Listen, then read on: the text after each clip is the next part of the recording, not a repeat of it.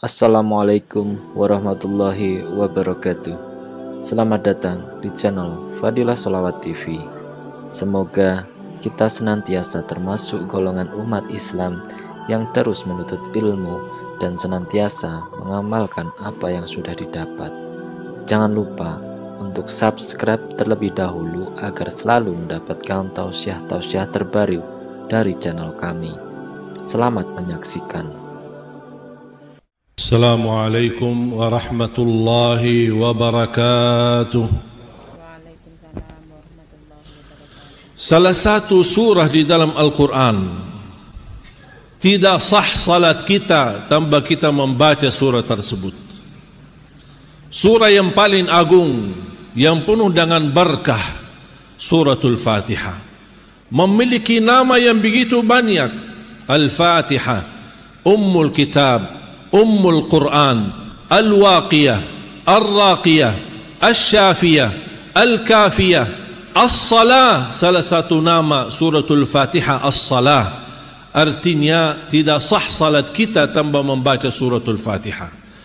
An Abi Sa'id ibn al-Mu'alla قال كنت أصلي فناداني رسول الله صلى الله عليه وسلم فلم أجبه فعندما أتيت إلى رسول الله عاتبني وقال لما لم تجبني؟ قال كنت أصلي يا رسول الله. قال ألم تقرأ قول الله تعالى يا أيها الذين آمنوا استجيبوا لله وللرسول إذا دعاكم لما يحييكم؟ ثم قال صلى الله عليه وسلم إني لأعلمنك سورة هي أعظم سورة في القرآن قبل أن تخرج من المسجد.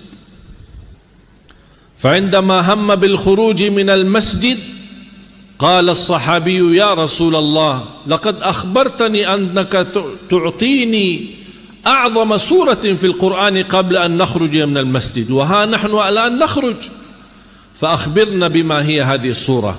فقال صلى الله عليه وسلم الحمد لله رب العالمين الفاتحة أم القرآن وهي القرآن العظيم والسبع المثاني الذي أوتيته.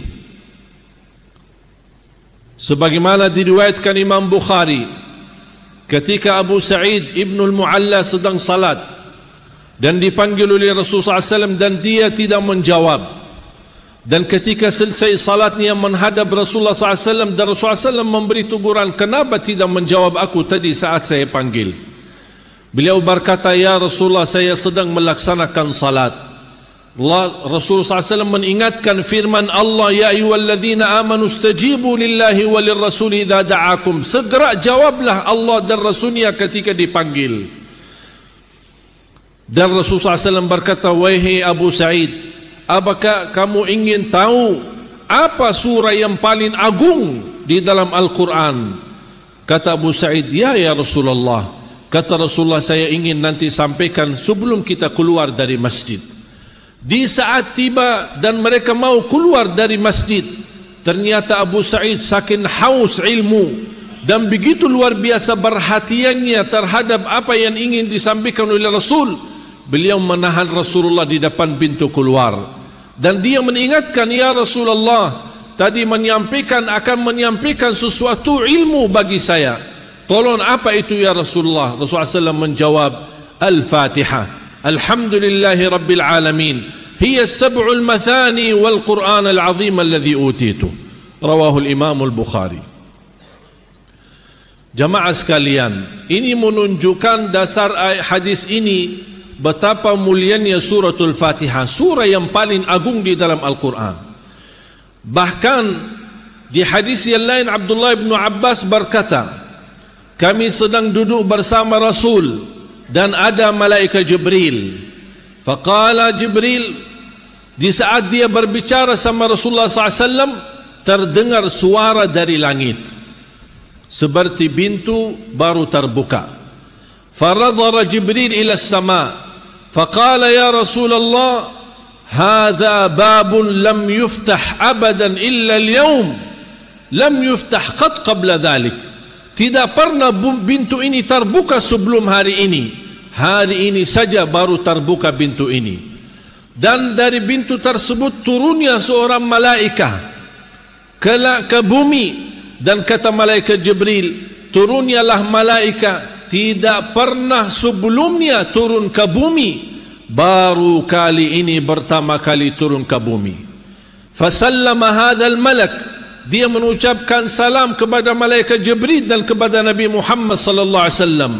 Wa qala abshir binuraini lam yu'tahuma nabiyyun min qablika qat, suratul Fatihah wa khawatim suratul Baqarah, ma sa'ala 'abdun biha illa u'tih. Sebagaimana kata beliau, berita gembira bagimu dan umatmu dengan dua cahaya yang tidak pernah didapat oleh nabi-nabi sebelummu.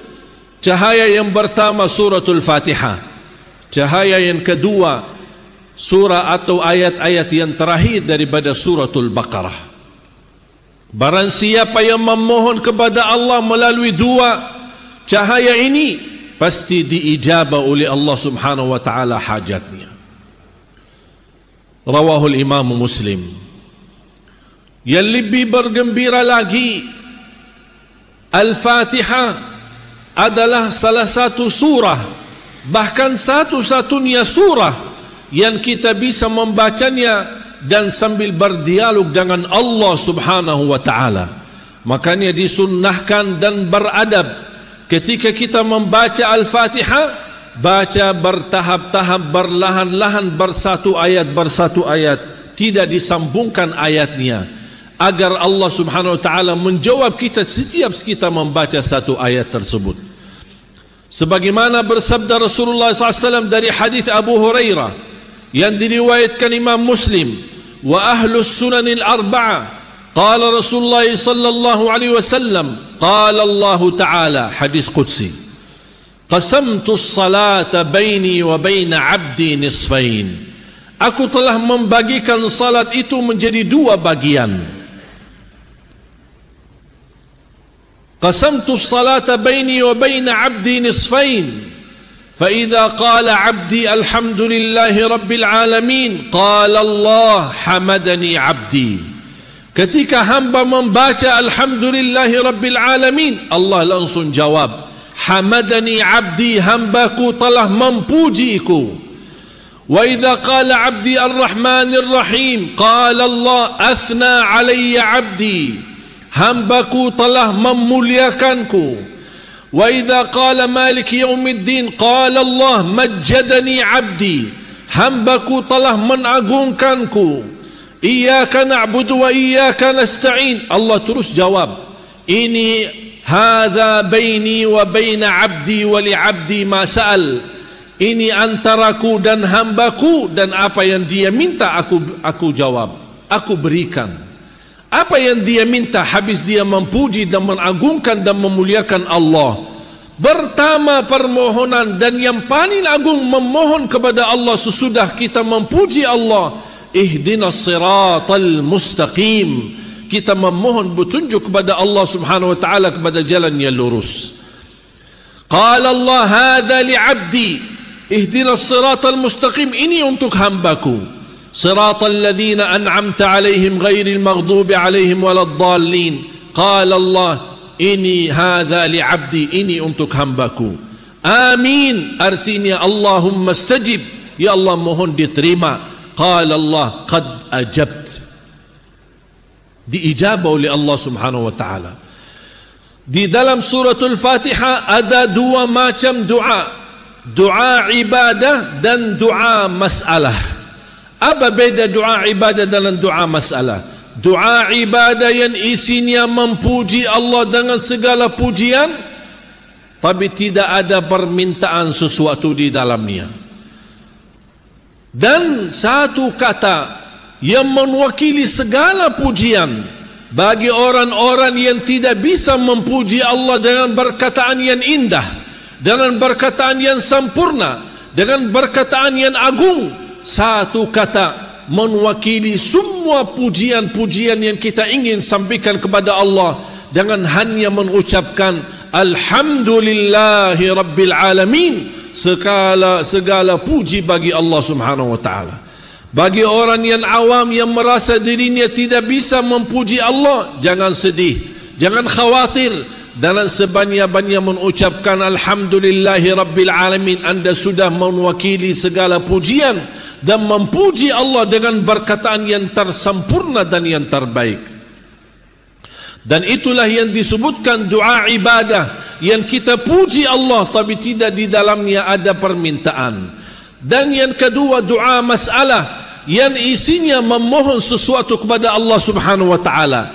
Dan sebaik-baik doa selalu diawali dengan doa ibadah, memuji Allah, baru kita masuk kepada tahap meminta kepada Allah. Dan sebaik-baik permintaan ihdinas siratal mustaqim, baru memohon kepada Allah sesuatu yang lain yang kita harapkan. Ma'asyiral muslimin yang dimuliakan Allah Subhanahu wa taala, Al-Fatihah merupakan doa bagi kita semua.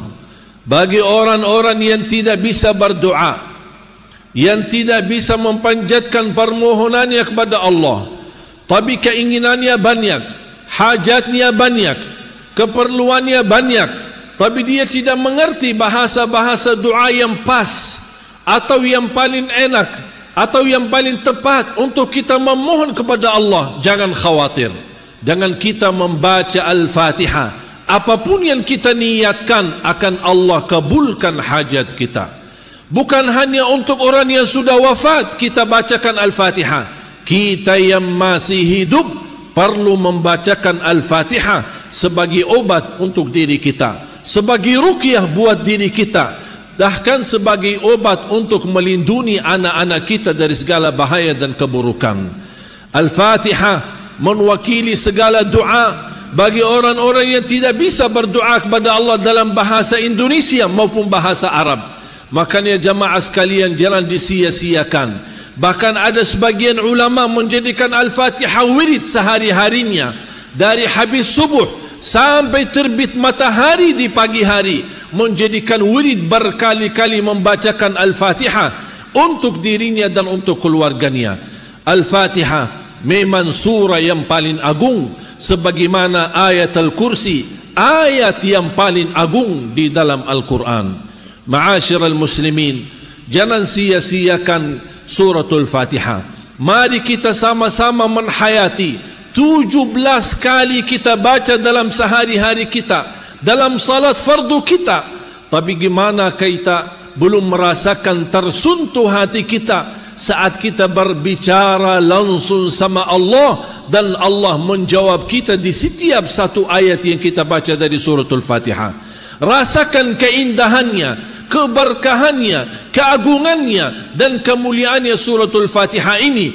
Kita memang membutuhkan cahaya suratul Fatihah ini dalam kehidupan kita. Mudah-mudahan dengan keberkahan, kekuatan dan keagungan suratul Fatihah, kita dapat diantarkan oleh Allah kepada husnul khatimah dan mendapatkan pahala menjadi orang-orang yang baik dan salih-salihah, dan juga mendapatkan menalirkan pahala bacaan Al-Fatihah kita untuk kedua orang tua kita, untuk para guru-guru kita, ulama-ulama kita. Dan mudah-mudahan dengan kita selalu membaca Al-Fatihah, Allah lindungi negeri kita Indonesia dari segala bahaya, bencana dan segala bala dan musibah.